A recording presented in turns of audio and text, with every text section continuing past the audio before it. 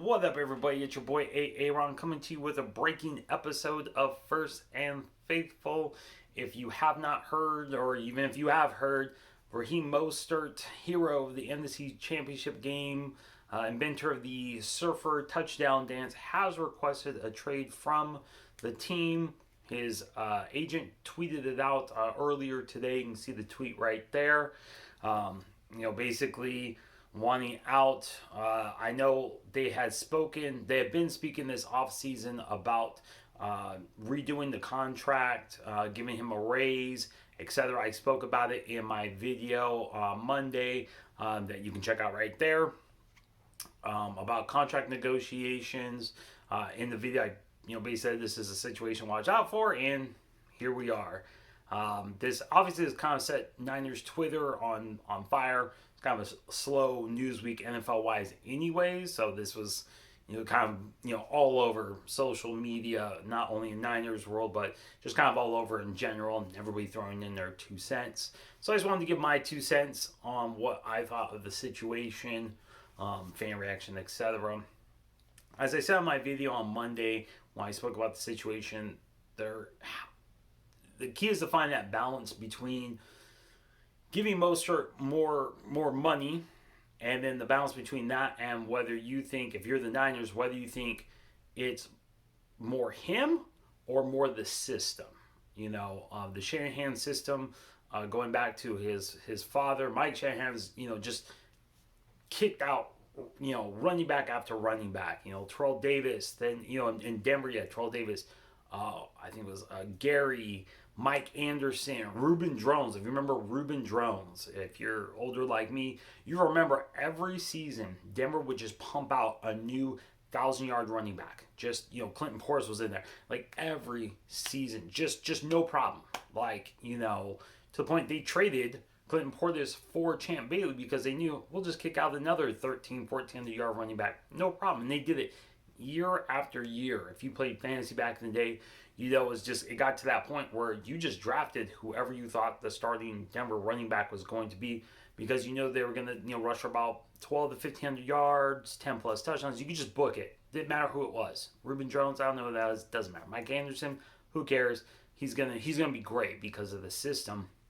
You've seen that with Kyle Shanahan. It's it kind of does, like, he's carried that over. Just you can plug and play whoever they want, and there's going to be success there. So as I mentioned on Monday's video, deciding for the Niners, how much is Mostert, how much of it is the system? Is he easily replaceable with another running back with the same kind of skill set? Is it just the skill set, like, hey, they are a dime a dozen, etc. I get it from Mostert's part. With COVID-19, he's also 28. He's trying to get paid, and that's not a bad thing. I understand that he's trying to get paid. He's come out that great performance. Looking to, at least everybody kind of has him penciled in as the number one guy, running back wise. So I get him trying to get paid. It is kind of weird though with his agent, asking for a trade. I honestly don't know where he's going to go. Who's going to give up, a lot of the compensation, or I don't know how much the Niners value him, but they traded Breida for a 5th rounder. Is someone willing to give up a 5th round? Maybe they want a 4th rounder. Is someone willing to give up a 4th rounder? I can't imagine anybody's going to give anything better than a 4th, a late 4th at this point for him. Like I said, he is 28. The shelf life on running backs is obviously a lot different than a lot of other players. There was questions about whether it's him or the system.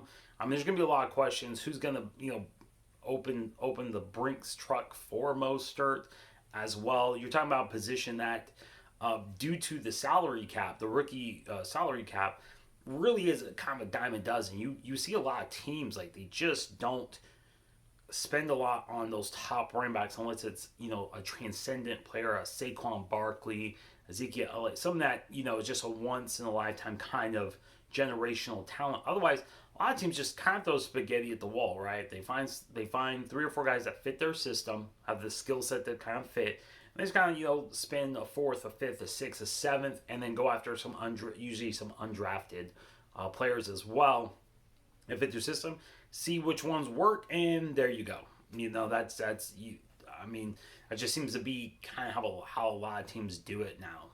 Just kind of spaghetti at the wall. They're cheap. They don't work. You cut them, done. And you go until you find like one, two, three guys that fit your system. Usually, it's a couple. Like you have your between tackles, maybe your pass catcher if that's how your offense works. A lot of pass catching from the running back, and then maybe a better blocking back or like a fullback type. Niners had that with Jeff Wilson Jr. is kind of their bigger kind of goal line kind of guy. So that's going to be who's going to. It's at this point you can get someone fresh out of college who's early 20s, giving them a 4-year deal at a 6th-round draft pick wage level, and see if they can do just as good as most, or who you're gonna have to pay more to. So it's interesting. I don't think a lot of people think his agent did him wrong or is giving him bad advice. It's hard to argue that. For those who look at Mostert's contract and say, hey, he just signed his contract, before this last season, the 3-year deal, I can't believe he's trying to get money, etc. I will say for that, the devil's advocate argument I will make is when he signed that deal, that was a special teamer contract. He signed that deal as a special teamer. Like he wasn't, but going to last season, no one's projecting Raheem Mostert to be a starter in any way, shape, or form. He was going to get some carries here and there, but it was supposed to be Jet McKinnon.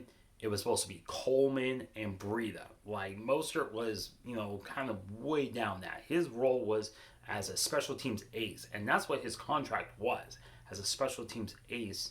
Now if he's projected to be the number one guy as far as the running backs go, I get it. He wants a little more money. His role has expanded. The responsibilities, the expectations have expanded, and he wants money that equals that. And I understand that. Same thing as you or me at our jobs. If walked into work tomorrow and our boss says, "Hey, I've expanded your role. I've given you a ton more responsibility," you would assume that a raise is coming with that. And if your boss didn't say it, you'd be like, "Okay, well, how much more is that going to pay me?" Because that's how that works. So for those who either are upset that he's getting greedy and he signed a deal, finish your deal, that was for a different role than he's being asked to do now. So I just want to point that out. But we'll see going forward how this kind of shakes out. It will be very interesting. We haven't heard from Mostert himself. It's only been through his agent, so it'll be interesting if he speaks. He probably usually players don't speak on these. Usually the agent does all the speaking for him. So we'll see. We haven't heard from John Lynch. We haven't heard from Kyle Shanahan. The only person I think we heard from was Ronald Blair on Twitter, who expressed his kind of disbelief with the whole situation in 2020 in general. It was kind of funny in a sad way. So it will be, like I said, interesting to see how this shakes out going forward. Really brings into question, obviously, the undrafted rookies they signed. The Niners signed as running back, Michael Hasty. I think there was a kid from University of Washington. I can't remember his name off the top of my head. How healthy is Jet McKinnon? Coleman? There are a lot of moving pieces here, and it'll be interesting to see how it shakes out going forward. So something, obviously, this is kind of the hot story right now, I think basically the NFL period. So I'm sure we'll be getting more news as we go forward. I don't think you'll get much from Lynch or Shanahan. The one thing this version of the Niners administration has been really good at is not doing a lot of leaking, not doing a lot of verbal jousting through the media. Something that was just rampant in the Harbaugh, Balk, days was, you just got a lot of rumors and stuff. You could tell there was leaks just constantly. It was just a leaky faucet of rumors and news, and you would see that constantly. With this administration, you've seen they really kept everything in-house.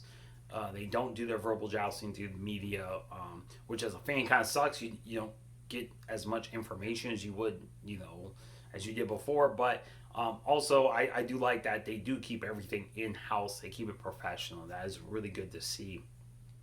They don't, start bad mouthing players and stuff like that.